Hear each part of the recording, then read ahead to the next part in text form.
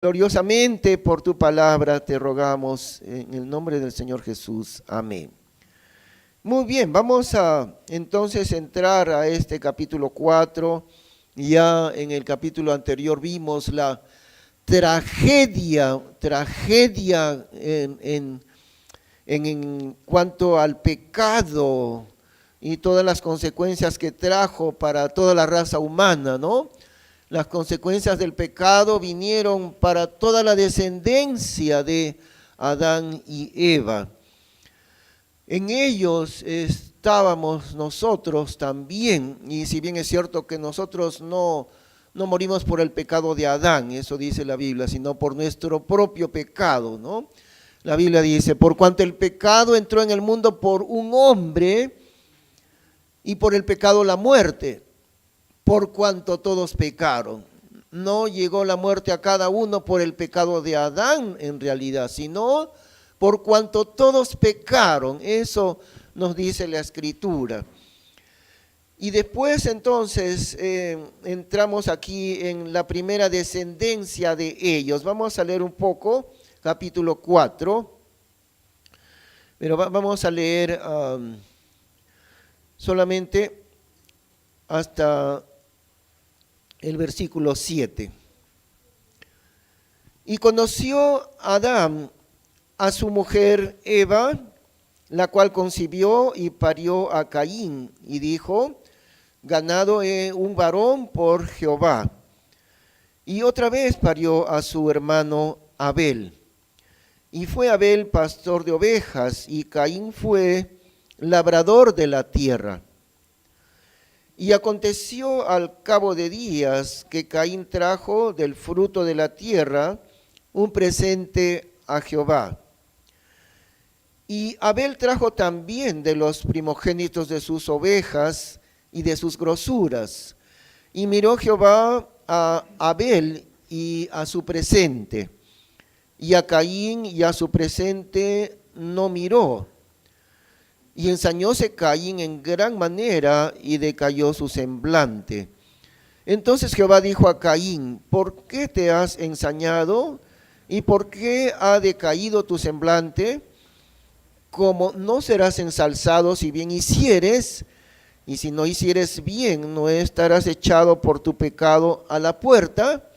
Con todo esto a ti será su deseo, y tú te enseñorearás de él. Entonces los primeros hijos, la tragedia del pecado llega a ser tan grande que el primer hijo de ellos, de Adán y Eva, es al mismo tiempo el primer asesino, porque el primogénito de Adán y Eva fue Caín. El primer asesino en el mundo entero fue el primer hijo de ellos. Las consecuencias terribles del pecado se comienzan a mostrar desde el primer momento. Y esta palabra, y conoció Adán a su mujer Eva, ¿no? Es una palabra que se repite diversas veces en la Escritura y se refiere a conocerle sexualmente, en ese sentido. Muchas veces es repetida esta frase, conoció a su mujer, y la cual concibió y parió a Caín, y dijo, ganado he un varón por Jehová. Y el segundo hijo, y otra vez parió a su hermano Abel, y fue Abel pastor de ovejas, y Caín fue labrador de la tierra. Ahora, no había nada malo en ninguno de los dos trabajos, ¿no? A Abel le gustó criar ovejas y a Caín labrar la tierra. Hasta ahí todo está bien. Y toda persona tiene algo que le gusta realizar, algún campo de trabajo que le ha de gustar. Así ha hecho Dios a las personas, ¿no? Y Dios ha hecho a todos diferentes también. Entonces hasta ahí todo va bien, porque Caín se dedica a labrar la tierra y Abel más bien a las ovejas. Ahora, versículo 3. Y aconteció al cabo de días, después de mucho tiempo, ¿no?, que Caín trajo del fruto de la tierra un presente a Jehová.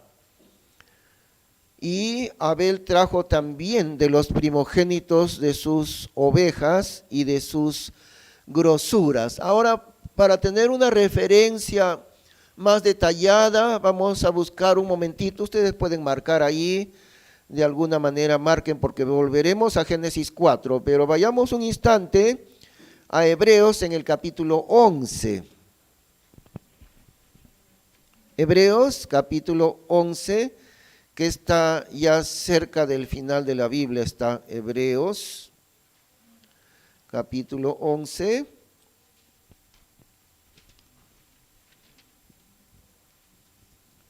Y allí encontramos en el verso 4 una mención muy importante al sacrificio de Abel. 11:4 nos dice así: por fe Abel ofreció a Dios más excelente sacrificio que Caín, por la cual alcanzó testimonio de que era justo, dando Dios testimonio a sus dones. Y por ella, aunque difunto, aún habla. Y por ella, es decir, por la fe de Abel. Pero fíjense que no se menciona en ningún momento la fe de Caín. Fíjense, solamente se menciona la fe de Abel. Porque Caín no vino con fe ante Dios. Vino con méritos humanos. Vino, digamos así, orgulloso de sus propios esfuerzos humanos. En cambio, Abel vino con fe hacia Dios. Por fe, Abel ofreció a Dios más excelente sacrificio que Caín. Y eso también trajo Abel un sacrificio hacia Dios. Un sacrificio de sus ovejas, eso es evidente, ¿no? Porque trajo, dice en Génesis, de sus ovejas, de lo más gordo de ellas. Y acá nos dice que fue un sacrificio, es decir, lo que trajo Abel hacia Dios era una ofrenda de sangre, un sacrificio de sangre. Además vino con fe. Dos cosas allí tan importantes. Primero, vino con fe hacia Dios. Y en segundo lugar, vino con un sacrificio de sangre. Y nos sigue diciendo, por lo cual alcanzó testimonio de que era justo, dando Dios testimonio a sus dones. Y por ella, o sea, por la fe, aunque difunto, aún habla. Sigue hablando Abel por medio de su ofrenda de sacrificio de sangre. Entonces, ahora sí, volvemos a Génesis capítulo 4, nuevamente.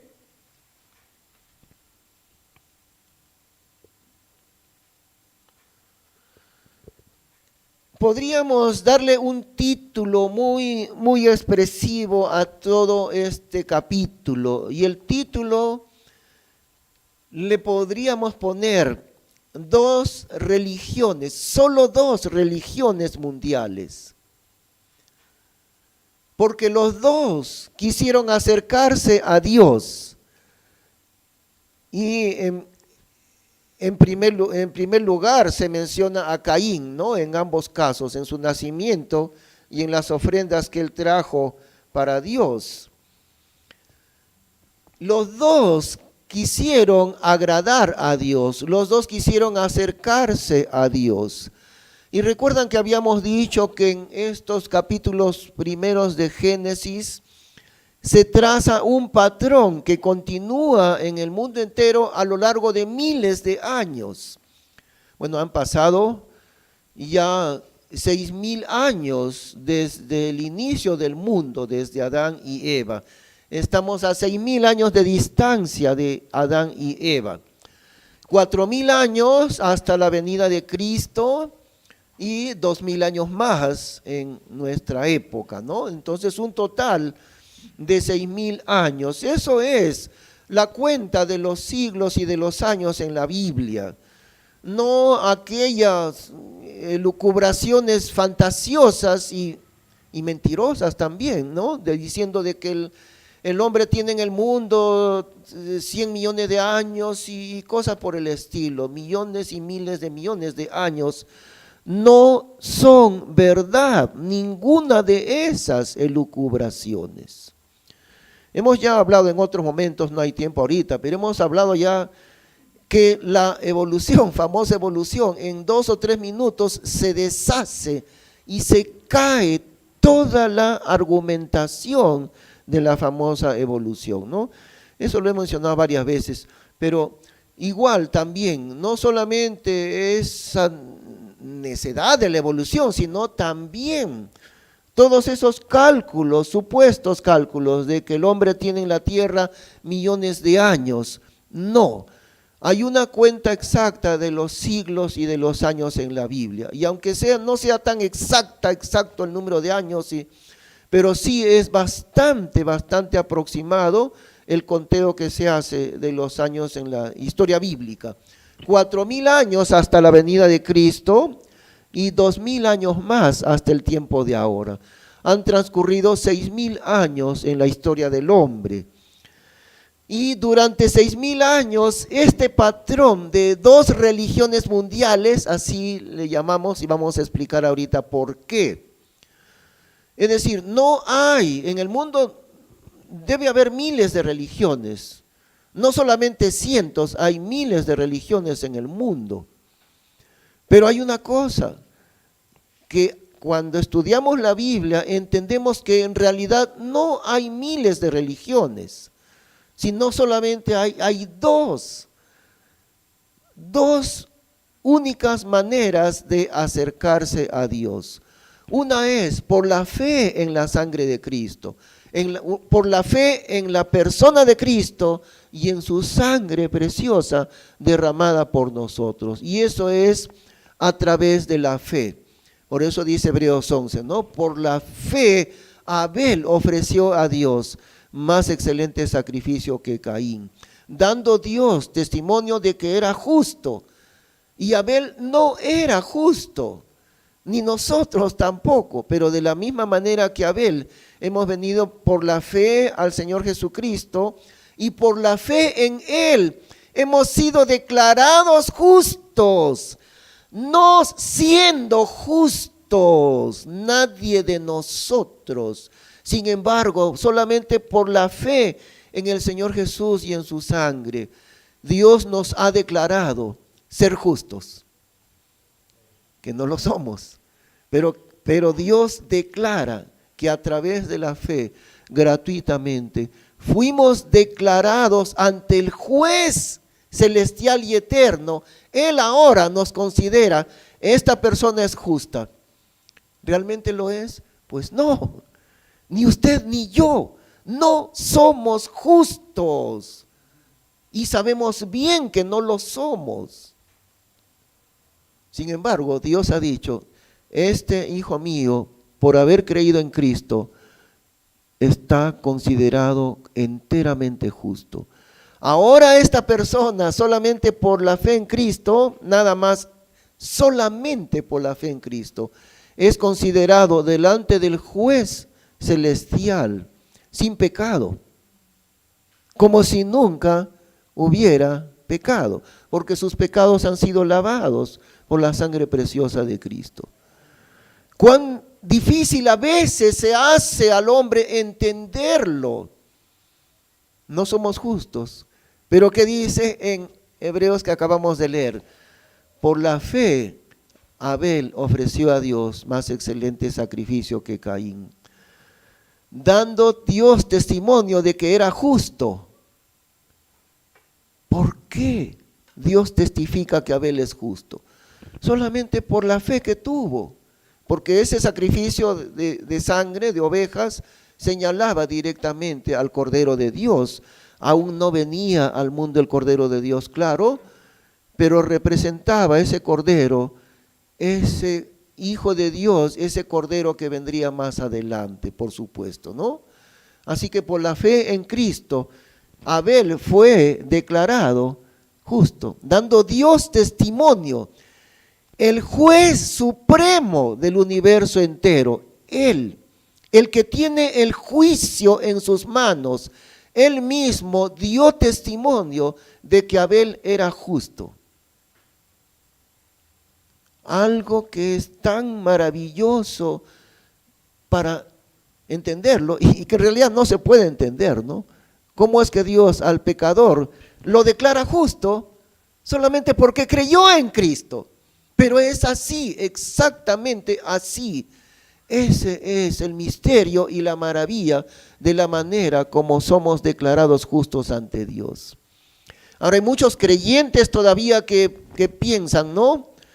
Es tan esencial que puedan entender, porque le preguntamos a veces al hermano promedio de alguna iglesia, un hermano promedio que, bueno, ya tiene años de creyente, le preguntamos, hermano, usted sabe que va a ir al cielo, ¿no es cierto?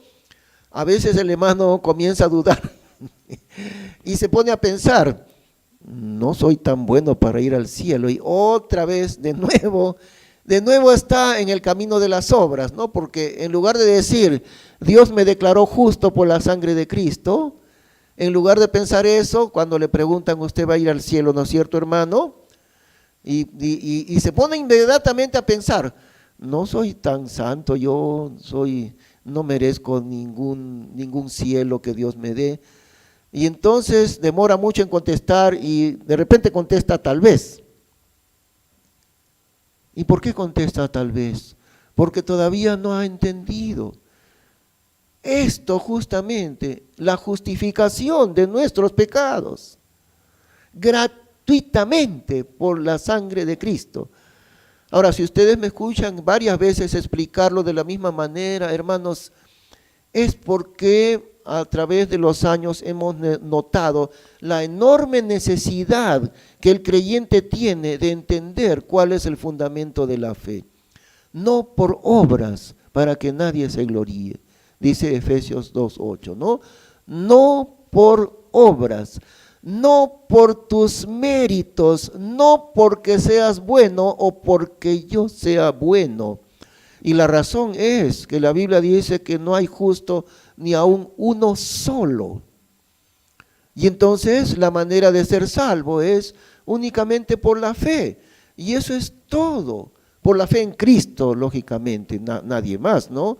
Nuestra fe no está puesta en otras cosas. Nuestra fe es la persona de Cristo, su sangre derramada por nosotros.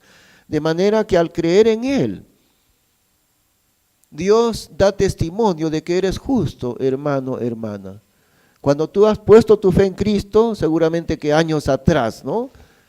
Años atrás, el momento que tú pusiste tu fe en Cristo, Dios dio testimonio. Por eso hemos leído Hebreos 11:4. Dando Dios testimonio de que Abel era justo. Ahora, si pudiéramos medir la vida de Abel como la vida de nosotros, entonces Abel es exactamente igual a cualquiera de nosotros, era él. Un pecador más, como cualquier persona de este mundo, así era Abel. No hay diferencia, dice la Biblia, por cuanto todos pecaron y están destituidos de la gloria de Dios. Pero ahí no termina, sigue diciendo, siendo justificados gratuitamente por su sangre, mediante la fe en Cristo Jesús, siendo justificados. Entonces, ¿qué quiere decir justificado? Declarado justo ante Dios. Es como que el juez, ¿no? Digamos acá en el Perú, creo que existe la Corte Suprema de Justicia en el Perú, ¿no? Y no sé si habrá un solo juez para un caso especial o será un grupo de jueces, no sé, pero sí existe la Corte Suprema de Justicia. Ya no hay más instancia superior a eso, la Corte Suprema. Entonces, la Corte Suprema, supongamos, hay un asesino, ¿no?, que asesinó a 5 personas, pero la Corte Suprema lo declaró inocente. ¿Y cómo puede la Corte Suprema, que es la máxima instancia judicial, declarar a un asesino convicto y confeso mató a 5 personas, pero la Corte Suprema declaró que este hombre es inocente, que nunca cometió ningún asesinato. Eso es exactamente lo que ha hecho Dios con cada uno de nosotros. ¿Por qué razón lo ha hecho? Por haber puesto nuestra fe en Cristo. Nada más, eso es toda la razón, por haber puesto nuestra fe en Cristo. Dios declara, el juez supremo, la Corte Suprema de Dios, digamos así, declara, este hombre nunca cometió pecado. Este hombre, porque creyó en Cristo, es declarado judicialmente ante Dios. Nunca cometió un solo pecado. Bueno, a veces hay hermanos que todavía no entienden y al escuchar esta explicación, primero se van a sorprender mucho y después van a querer contradecir lo que acabamos de explicar. Pero otra vez, recordamos lo que acabamos de leer, ¿no? Lo que Dios hizo con Abel. ¿Qué hizo Dios con Abel? Dando Dios testimonio de que era justo. ¿Qué significa ser justo? Sin pecado. Eso es lo que significa.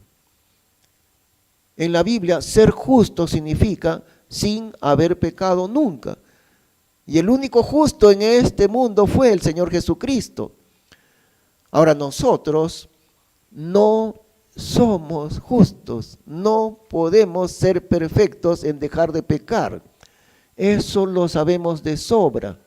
Sin embargo, lo que Dios hace es declarar en su ley, en su justicia divina, declarar, esta persona ahora es considerada justa, como si nunca hubiese pecado. Eso es la justificación. Por eso Dios usa la figura de la nieve, ¿no? Vayamos un momentito a Isaías capítulo 1. Por eso Dios usa esa figura de la nieve, Isaías 1:18.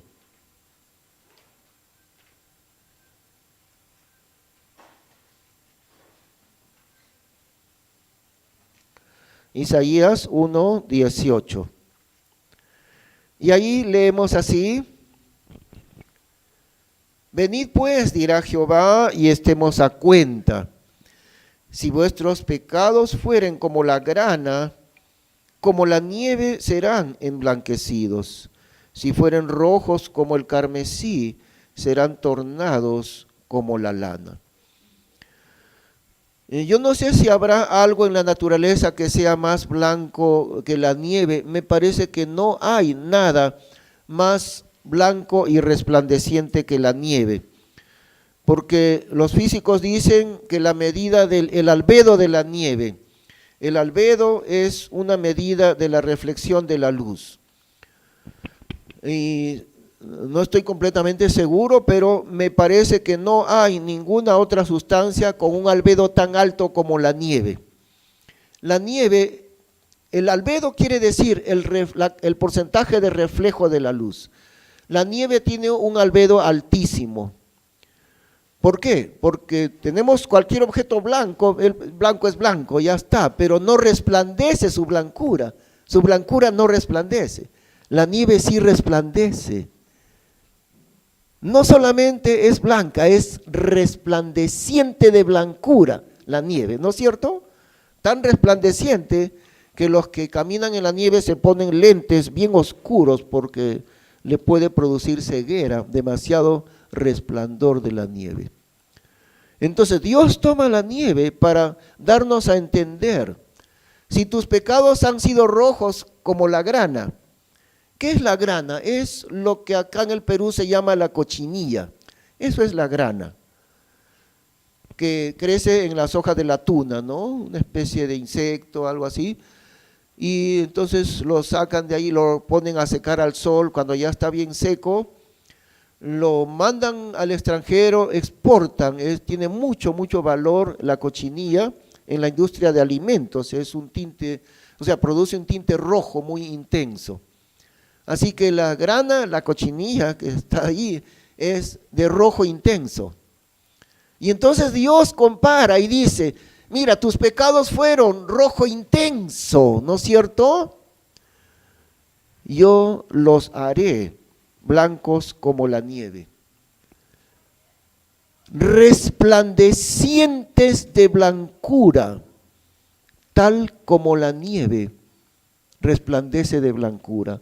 Eso hace Dios con nuestros pecados. Ahora, queremos decir algo, hermanos. Si no fuera así, nadie de nosotros tendría entrada al cielo. Nadie. Porque si hubiese un solo pecado en nuestra vida, jamás podríamos entrar en el cielo ni en la presencia de Dios. La razón de que tenemos vida eterna es porque Dios, nuestros pecados que eran rojísimos, los ha deshecho y nuestra vida ha quedado blanca y resplandeciente como la nieve. ¿Por qué insisto tanto en explicarlo? Porque todavía vemos a muchos cristianos sin entender la obra de justificación que Dios ha hecho.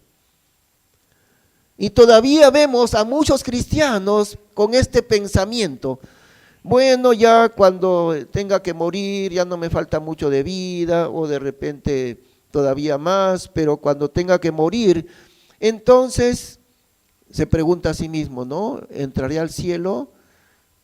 Tal vez, y está pensando que su entrada al cielo depende de la manera en que vive o cuán fiel esta persona es al Señor.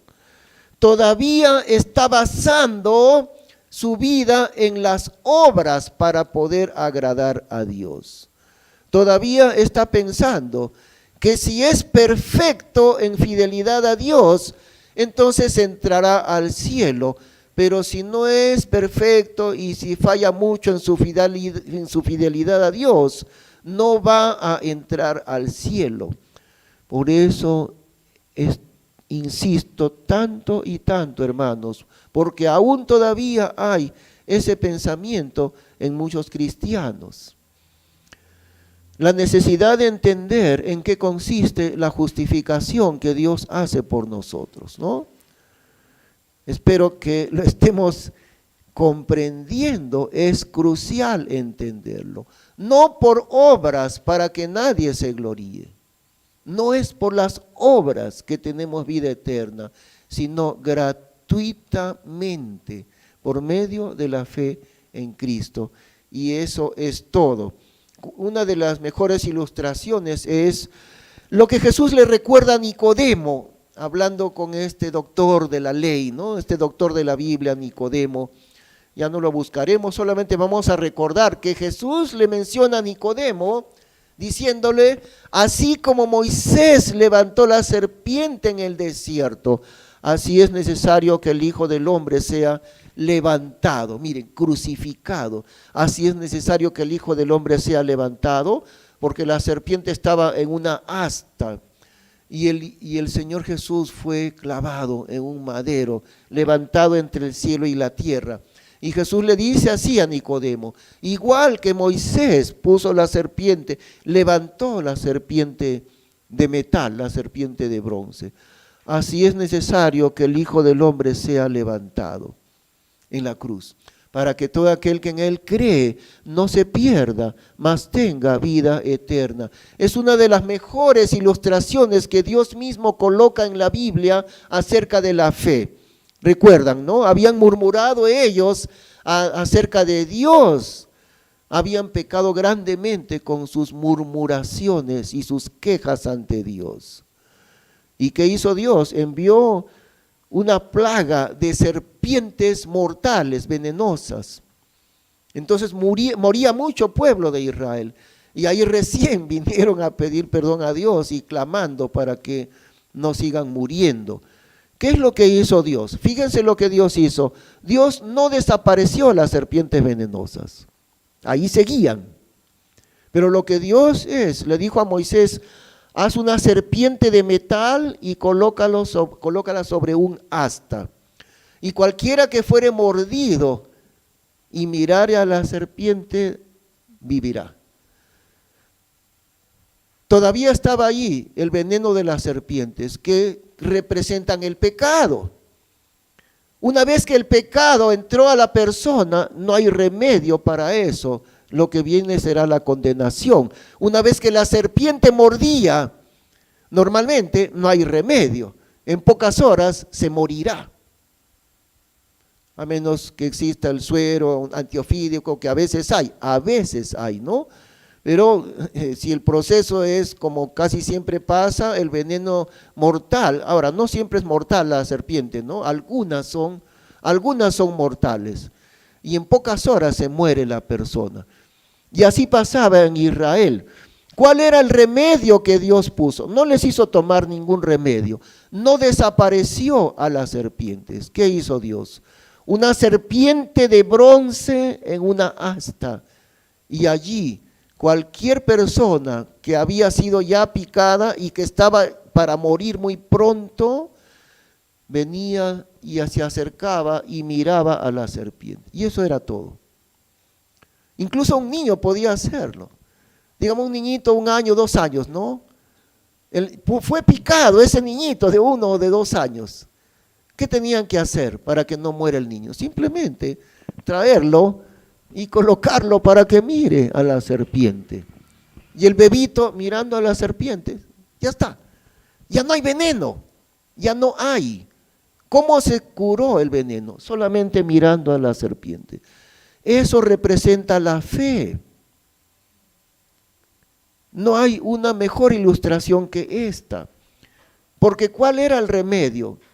¿Alguna vez habrá existido un remedio semejante a ese? Porque los remedios se toman, a veces son muy amargos o difíciles de tomar, o a veces le ponen inyección, ¿no? Y los niños están asustadísimos con las inyecciones, a veces los adultos también, ¿no? A veces hombres muy valientes, la inyección, están medio llorando el hombre valiente por la inyección. Y esos son los remedios. Pero miren el remedio de Dios para el pecado, porque ese veneno mortal representa el pecado. ¿Cuál era el remedio de Dios? ¿Habrá algún remedio, habrá habido alguna vez más sencillo que este? Venían a la serpiente de bronce, miraban, ya está, eso era todo. No había ya veneno, no había muerte. ¿Qué cosa representa mirar a la serpiente de metal? Creer en Cristo, poner mi fe en Cristo, y eso es todo. Cuando pongo mi fe en Cristo, desapareció el veneno mortal del pecado, desapareció el poder mortal del pecado. ¿De qué manera desapareció? Por mirar a Cristo. Lógicamente no con los ojos físicos, ¿no? Porque tendríamos que mirar al mismo Señor Jesús. No representa eso, sino representa la fe. Y mirar con los ojos de la fe, mirar espiritualmente por la fe al Señor Jesús, clavado en la cruz por mis pecados. Mirarle a Él con los ojos de la fe. Eso es todo. No hay más poder mortal en el pecado que nos llevaba a la condenación. Miren, hemos tratado de explicar, ¿no? Y esperamos que ustedes todos lo puedan entender. Porque como vuelvo a decir, ¿cuántas veces me ha sucedido? Le preguntamos al creyente en Cristo sobre la vida eterna y le decimos, no hermano, usted tiene vida eterna, ¿no es cierto? Primero que comienza a dudar, no sabe qué contestar. Hermano, usted tiene vida eterna, ¿no es cierto? No sabe qué contestar, no está seguro de nada, no está seguro si tiene vida eterna. Y la pregunta no es, usted es bueno y fiel y santo, hermano, ¿no es cierto? Esa no es la pregunta, Porque que tenga vida eterna no depende de que yo sea fiel y que sea bueno y que sea santo. ¿Sabe por qué? ¿Por qué? Porque no lo soy. Ninguno de nosotros somos ni fieles, ni santos, ni buenos. Ninguno somos así. Entonces la pregunta, el hermano que le preguntan, ¿usted tiene vida eterna? Piensa que le está preguntando, ¿usted es bueno, hermano? ¿Es santo? ¿Es fiel? Confunde la pregunta. La pregunta no es esa, sino, ¿usted tiene vida eterna? Y la respuesta, ¿de dónde depende? ¿De dónde ha dependido la respuesta? De su fe en Cristo. Y si el hermano puso su fe en Cristo, la respuesta es 100% sí. ¿Tiene usted vida eterna? Sí. Y seguimos con una segunda pregunta. ¿En base a qué tiene vida eterna? Y el hermano podrá decir, en base a que Cristo, santo y perfecto, Él pagó mis pecados. Ahí está. Voy al cielo no por mi justicia, sino por la justicia de otra persona. Dios me atribuyó la justicia de otra persona. La justicia de Cristo me fue atribuida. Y por eso voy al cielo. Recién estamos entendiendo completamente bien lo que es la justificación por la fe, ¿no? ¿Por qué voy al cielo? ¿Porque soy bueno? No, no. Porque no soy bueno, ni nadie lo es. Voy al cielo porque Cristo fue bueno y fue santo. Y Él pagó todas mis culpas. Así que yo voy al cielo por los méritos de Él, no por los méritos míos. Ahora otra vez estamos entonces en Génesis capítulo 4. Veamos otra vez, vayamos allí.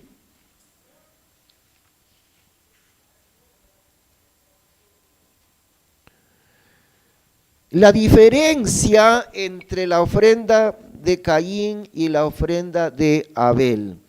Bueno, ya hemos visto en Hebreos 11, ¿no? La ofrenda de Abel era un sacrificio de sangre. Pero la ofrenda de Caín, ¿qué cosa era? Verso 3, Génesis 4:3. Y aconteció al cabo de días que Caín trajo del fruto de la tierra un presente a Jehová. Y Abel trajo también de los primogénitos de sus ovejas y de sus grosuras. Y miró Jehová a Abel y a su presente, y a Caín y a su presente no miró. Y ensañóse Caín en gran manera y decayó su semblante. Dios recibió con agrado, es decir, Dios miró dos cosas en el caso de Abel.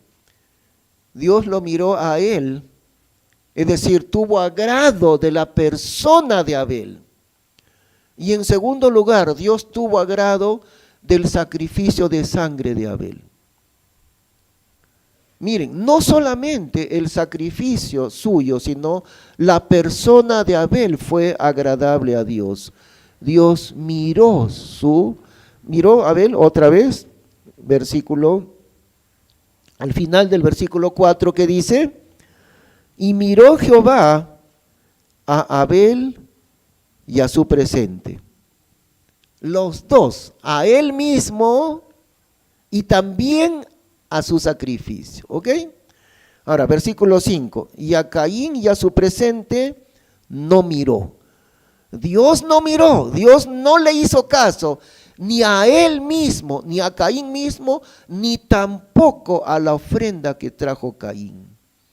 Y ahora entonces Caín se llenó de ira terriblemente, y ensañóse Caín en gran manera, y su cara larga, ¿no? Decayó su semblante, estaba lleno de una terrible cólera por lo que Dios había hecho. ¿Qué había hecho Dios? La había mirado, agradándose Dios de Abel y también de la ofrenda de Abel. Pero a Caín Dios ni caso le hizo, ¿no? Ni caso le hizo, no lo miró. ni a su ofrenda, ni a él mismo. Y ahí está el resultado. Terrible ira de Caín.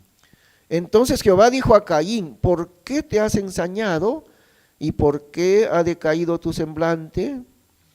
Como no serás ensalzado si bien hicieres, y si no hicieres bien, ¿no estarás echado por tu pecado a la puerta?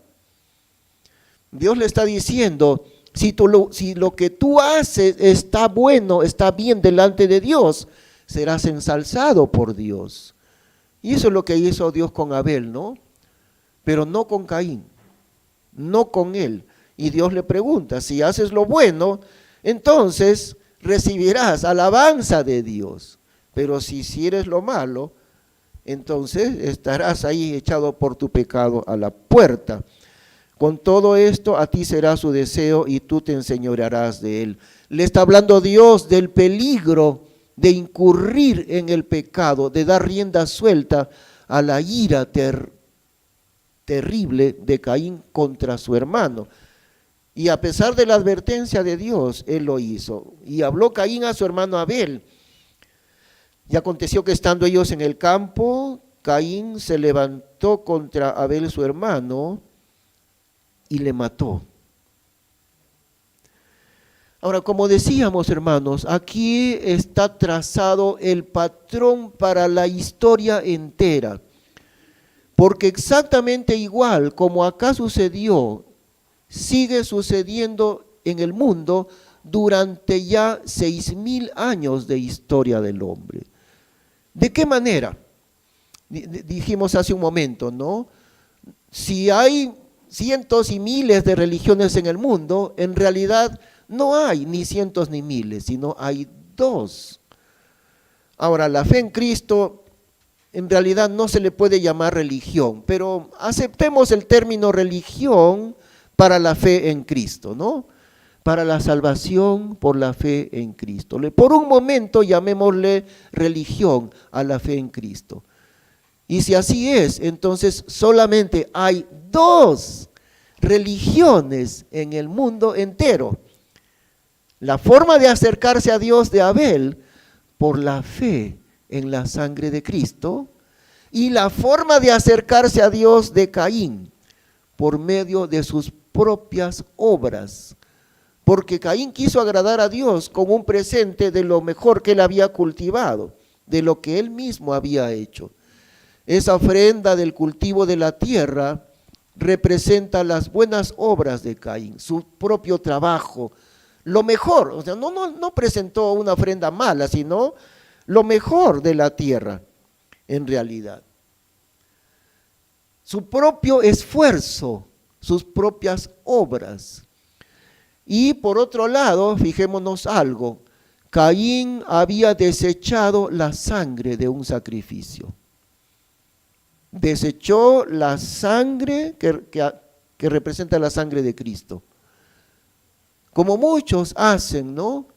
Les conté hace poco que en una iglesia que se llamaba la Catedral de Cristal en California, en Estados Unidos, que ya no existe porque desapareció la Catedral de Cristal, pero en esa iglesia nos consta, porque un familiar nos explicó eso, que la esposa del pastor ordenaba que nunca se mencione la sangre de Cristo. Como tenía un ministerio de música bastante grande, entonces los músicos de la iglesia les dieron estas instrucciones, que nunca canten nada que hable de la sangre, o sea, de la sangre de Cristo. Qué terrible es desechar la sangre de Cristo. Y en iglesias que se consideran buenas iglesias, o supuestamente, ¿no? ¿Qué es lo que hizo Caín? Desechó la sangre del sacrificio de Cristo. Puso a un lado y dijo, no, la sangre, eso es horripilante. No, ¿para qué la sangre? Pero la Biblia dice que sin derramamiento de sangre no hay remisión de pecados. Es la única forma posible de que fuesen pagados ante Dios, que fuesen expiados nuestros pecados. Sin derramamiento de sangre es decir, de la sangre de Cristo, no se hace remisión de pecados. Y Caín menospreció la sangre de Cristo y desechó ese sacrificio de sangre. Y presentó a Dios lo que era supuestamente lo mejor de lo que él había cultivado. Entonces, dos formas de acercarse a Dios, entre comillas, dos religiones solamente a nivel mundial. Una, por la fe en Cristo, por la fe en la sangre de Cristo, sin méritos humanos, sin las obras humanas, únicamente por la fe en la sangre de Cristo. La otra forma abarca aquellas miles de doctrinas y religiones. Por eso decimos, no hay miles, solamente hay dos. Una por la fe en Cristo y la otra desechando la sangre de Cristo. Porque si ustedes comienzan a examinar, hermanos, toda religión falsa pone a un lado la fe, pone a un lado la sangre de Cristo. Y lo que hace es inventar obras y méritos humanos para querer llegar a Dios. Todas las religiones desechan la fe y la sangre de Cristo. Uno puede examinar una tras otra, toda religión falsa. Y tienen muy distintas creencias, ¿no? Religiones, por ejemplo, hindúes, tienen toda clase de ídolos en India. Adoran a las vacas vivas y no pueden hacerle nada a las vacas. En Egipto adoraban a los gatos y ahí nuestros antepasados en el Perú adoraban a un sinnúmero de animales, ¿no? Y como Dios principal también el sol y la luna y todo eso. Se caracterizan por lo mismo, desechan completamente la manera de llegar a Dios, la manera que Dios ha establecido. Dios ha establecido que hay una sola manera de llegar a Él, es por la fe en el Cordero de Dios, Cristo Jesús, el único camino a Dios. Y no es por las obras humanas, no es porque yo sea bueno, no es porque trate de ser fiel. No, ese es un camino trágico, pensar que porque yo voy a ser fiel, aunque no sea perfecto, pero trataré de ser fiel. Por lo tanto, Dios verá mis buenas obras y me recibirá. Trágica equivocación que nos lleva al infierno directamente. Toda religión mundial hace lo mismo. Aunque tengan muy distintas doctrinas y muy distintos dioses, o aunque hablen de un Dios verdadero, siempre hacen lo mismo. Desechan la fe y se basan en los méritos humanos. Y al desechar la fe, también desechan la sangre de Cristo. Por eso decimos, ¿no? Una sola manera verdadera de llegar a Dios. Y las otras miles de religiones pertenecen al camino de Caín. Ahí está. Por eso está escrito en Génesis capítulo 4. Solamente hay dos maneras de acercarse a Dios. ¿En cuál de las dos estás tú? Por la fe en Cristo, gratuitamente justificados por su gracia, o porque piensas que eres lo suficientemente bueno para que Dios te reciba. ¿En cuál estás? ¿En cuál estás? ¿En la forma de Abel, que es la forma de Dios, o en la forma de Caín? No hay otra, no hay una tercera forma de llegar a Dios, solo son dos. Vamos a orar. Gracias, Señor, por tu palabra, y te pedimos que tú hagas entender a cada uno de los que reciben este mensaje, Señor. No hay cientos o miles de religiones, solamente hay dos maneras posibles. Una de ellas es una manera falsa y que de ninguna manera conduce ante Dios. El camino de Caín, el camino de las obras humanas, el camino de los méritos del hombre, desechado completamente en tu presencia. La otra forma es reconocer lo que tu palabra dice, no por obras para que nadie se gloríe. Y a través de la sangre preciosa de Cristo y a través de la fe en su sangre preciosa. Gracias, Señor, porque nos has justificado completamente del pecado. Gracias porque lo hiciste con Abel y después de Abel lo haces con cada persona en este mundo. Lo que tu palabra dice.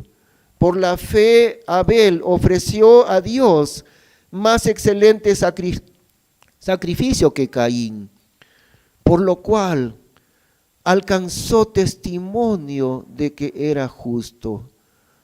Tú mismo das testimonio de que Abel era justo, pero no era, sino que tú le atribuiste la justicia del Hijo de Dios. Gracias por esa maravilla de la justificación, Señor. Y te pedimos por alguien que necesite poner su fe en Cristo Jesús. En el nombre suyo, en el nombre santo de Cristo te damos gracias, Padre Celestial. Amén.